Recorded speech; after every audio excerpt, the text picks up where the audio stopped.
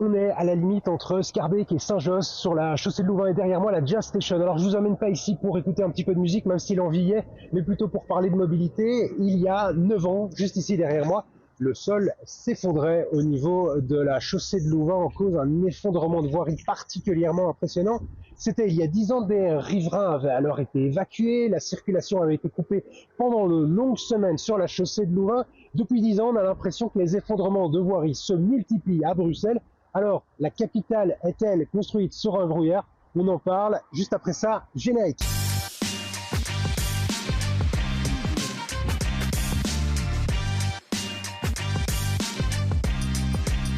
Bonsoir à toutes, bonsoir à tous, bienvenue dans le tram. Bruxelles est-elle un gruyère ou plutôt un Emmental, si je dois faire plaisir à mon collègue et ami Michel Gaillard, qui est un grand amateur de fromage suisse. Mais pour être plus sérieux, nous sommes avec Olivier Broers. Vous êtes responsable des travaux chez Vivacoa. On parle souvent, de plus en plus, j'ai l'impression, d'effondrement de voiries à cause de problèmes de canalisation. Alors, l'état des égouts est-il inquiétant, Olivier Broers? Effectivement, on a hérité des 1900 km d'égouts il y a une petite vingtaine d'années, le temps d'en faire des diagnostics et on s'est rendu compte qu'il était temps de prendre le taureau par les cornes. 1900 km d'égouts, quasi 2000 km d'égouts juste en région bruxelloise? Juste en région bruxelloise, tout à fait. Et quoi, ça date de quand ces réseaux? Je suppose que ça dépend un petit peu des communes. Certainement de plus de 100 ans, ça dépend des communes. Les plus anciennes, certainement 120, 130 ans pour certains cas. Donc ça a son âge. Et puis vous avez la couronne, là il y a des égouts qui ont 50, 60 ans d'âge. Très peu de cadastre, je suppose, de tout ça. Quand on a commencé, il n'y avait rien du tout. Ouais. Donc on était vraiment des pionniers. On a dû d'abord faire de la cartographie, ensuite faire des états des lieux, ça a mis énormément de temps. Et puis là maintenant qu'on a des diagnostics fiables, on a la connaissance du réseau en termes d'état des lieux à 98%. On s'est lancé dans une stratégie de rénovation. 2000 km, j'entendais qu'il y a environ 200 km d'égouts qui doivent être rénovés urgemment, je voyais même. Oui, on a toujours l'habitude de dire 15 km par an pendant 15 ans, 225 km à rénover de manière urgente. Ça veut dire quoi? Ça veut dire que ça peut s'effondrer ici ou sous des rails de tram par exemple, couper des circulations à certains moments? C'est toujours une combinaison entre l'état et les conséquences d'un risque. C'est d'ailleurs ça qui nous guide dans la stratégie de rénovation. Donc tout ce qui a une conséquence importante va passer dans le haut de la pile. Et c'est par cela qu'on commence. C'est pour ça qu'on a des très gros travaux à réaliser pour le moment. Puisqu'au plus un réseau est grand, au plus les conséquences sont désastreuses. Donc c'est un petit peu de maintenance prédictive quand même, on sait cibler des endroits où vraiment c'est problématique. C'est plus prédictif, mais c'est plus de la prédictivité puisque l'état est mauvais. Mais par contre, on essaye d'amoindrir une conséquence en cas de problème. Et alors techniquement, comment ça se passe? Qu'est-ce qui se passe sous terre quand on a un trou et que ça s'effondre? Vous avez de la terre qui rentre dans le réseau et puis puisque la terre rentre dans le réseau, vous avez une excavation qui se forme. Et avec l'eau qui circule, ça peut être très dangereux. Il y en a plus qu'avant des effondrements. On se souvient, il y a une dizaine d'années, il y a 9 ans, je voyais en 2017, ce grand effondrement près de la Jazz Station, là, sur la chaussée de Louvain. Ouais. C'était très impressionnant, ça a suscité beaucoup de moyens, ça a médiatisé un petit peu. Est-ce que ces 9 dernières années, il y en a de plus en plus? L'incident dont vous parlez, c'était finalement pas un égout que l'on avait en gestion, c'est un égout que plus personne ne savait qui le gère. Donc c'était vraiment ce qu'on appelle nous les réseaux oubliés. Ça c'est le Jazz Station. Est-ce que c'est le coup médiatique qui a fait en sorte qu'on a fait beaucoup plus attention quand il y en avait d'autres, ou alors il y en a vraiment ça nous a certainement aidé pour que les gens s'en rendent compte, mais c'est quand même cette stratégie, ça fait quelques années qu'elle est mûrie et là maintenant on est vraiment dans sa phase de mise en œuvre. Il y a un plan global de rénovation, c'est ça que vous disiez? L'idée c'est de faire 15 km. 15 x 15, 225 km. Et alors comment ça se passe? Ça se passe avec, c'est uniquement Vivacoa ou vous travaillez avec les autres? Je suppose qu'il faut travailler avec la Stive. Pour faire un trou en région de Bruxelles-Capitale, la mobilité est fort importante. Donc il y a une coordination avec au moins une trentaine d'opérateurs, le gaz, l'électricité, télécom. Et donc, il y a d'abord un appel à projet. Est-ce que les gens veulent travailler dans la zone? Ça met beaucoup de temps. Il faut compter en moyenne entre l'intention de travailler et les travaux à peu près 14 mois. Je suppose qu'il y a des égouts qui ont quelques dizaines de centimètres de diamètre et puis il y a les gros œufs qu'on a l'habitude de voir au musée des égouts. Quel est le diamètre moyen d'une canalisation? Le diamètre moyen, je dirais que c'est 1,20 m pour faire une moyenne. Mais pour le moment, on est vraiment occupé sur les tout grands réseaux parce que ce sont ceux-là qui peuvent apporter des conséquences beaucoup plus importantes. Et c'est une sorte de réseau routier souterrain, on peut dire ça comme ça? Chaque ou alors... fois vous avez une route, vous avez un égout en dessous. Ouais. Ici, il y a un égout. Toutes les routes ont un égout. Donc c'est une capillarité très, très, très étendue. Il y a des égouts en dessous de certains bâtiments, ça arrive ça? Il y a des risques pour la stabilité de certains bâtiments? Non, c'est vraiment des exceptions. L'entièreté du réseau, sauf quelques exceptions, c'est en dessous des voiries, avec des raccordements qui vont jusqu'aux habitations. Et alors, de manière plus générale, quand on parle de Vivacois, donc il y a tout ce qui concerne les canalisations d'égouts, mais vous ne gérez pas que ça. Expliquez-nous un petit peu. Si on met bout à bout l'ensemble des tuyaux que l'on a en gestion, on est à plus de 5000 km. Donc pour donner une image, arrivées d'eau et aussi ce genre de choses. Voilà, pour donner une image, vous allez d'ici à Abidjan en mettant nos tuyaux les uns derrière les autres. Le reste, c'est les canalisations d'eau potable. Et dans les canalisations d'eau potable, vous avez essentiellement 3 types. Des autoroutes à eau entre les captages et les réservoirs. Ensuite, la répartition qui permet d'avoir des débits et des pressions en suffisance en région de Bruxelles-Capitale. Et puis la distribution, c'est ce que les gens connaissent le plus. C'est tous les tuyaux qui sont en dessous des trottoirs. Quand on parle de mobilité, on sait souvent qu'il y a des axes régionaux, des axes communaux. Ici, c'est pas le cas. On est vraiment une intercommunale, donc vous gérez tous les égouts bruxellois. Oui, tout à fait. Le climat change. Les périodes de sécheresse sont de plus en plus sèches, les périodes de pluie de plus en plus pluvieuses, de plus en plus humides. Est-ce qu'il y a un impact sur le réseau d'égouts à Bruxelles? Sur le réseau d'égouts, oui. Les orages sont plus violents. Lorsqu'on regarde les tables statistiques de l'IRM de pluviosité, on voit que ça a certainement ces 20 dernières années augmenté d'une vingtaine de %. Donc on le constate et dans les dimensionnements de bassins d'orage, on voit la différence. Quand on parle de technologie, est-ce qu'il y a d'autres manières aujourd'hui en 2026 de construire de nouveaux égouts pour qu'ils tiennent 110, 120 ans de plus maintenant qu'on les rénove? Mais finalement, c'est ce qu'ils font un petit peu par la force des choses. Ils ont déjà 120 ans. Mais oui, il y a eu une période où on estimait que le béton était éternel, c'était les années 70.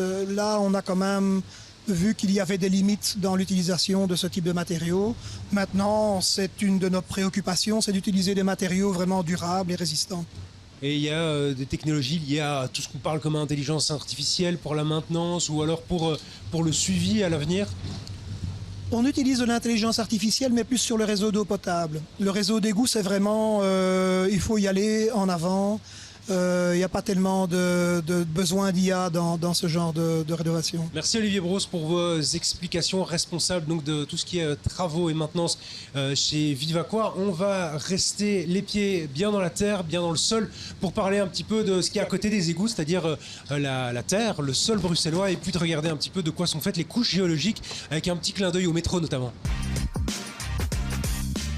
De quoi sont faits les sols bruxellois? Eh bien, on en a parlé dans une émission il n'y a pas très longtemps. On sait que les sols bruxellois, quand on regarde en surface, ils sont pas de très bonne qualité, assez compactés, mais on va aller encore un petit peu plus profond, des égouts. Bruxelles, un marécage, c'est ce que j'avais en tête, Pierre Gérard. Vous êtes professeur à l'ULB. Oui, alors c'est vrai que le centre de Bruxelles, ou en tout cas les zones les plus basses de Bruxelles, étaient historiquement un marécage, parce qu'on était dans le long de la Seine et du bassin de la Seine, où on retrouvait donc beaucoup d'eau, mais aussi des terrains argileux dans lesquels l'eau s'infiltrait très peu. Et donc ces deux facteurs faisaient que historiquement il y avait des marécages. Mais après, il y a d'autres zones dans Bruxelles. Ça, c'est vraiment la vallée de la Woluwe, par exemple, la vallée de la Seine qu'on connaît bien. Il y a d'autres zones qui sont un petit peu plus hautes et qui ont en quelque sorte une typologie différente. Alors évidemment, sur les plateaux plus au sud de Bruxelles, on va retrouver là des terrains plus sableux, parce que Bruxelles est en fait une alternance de couches de sable et d'argile.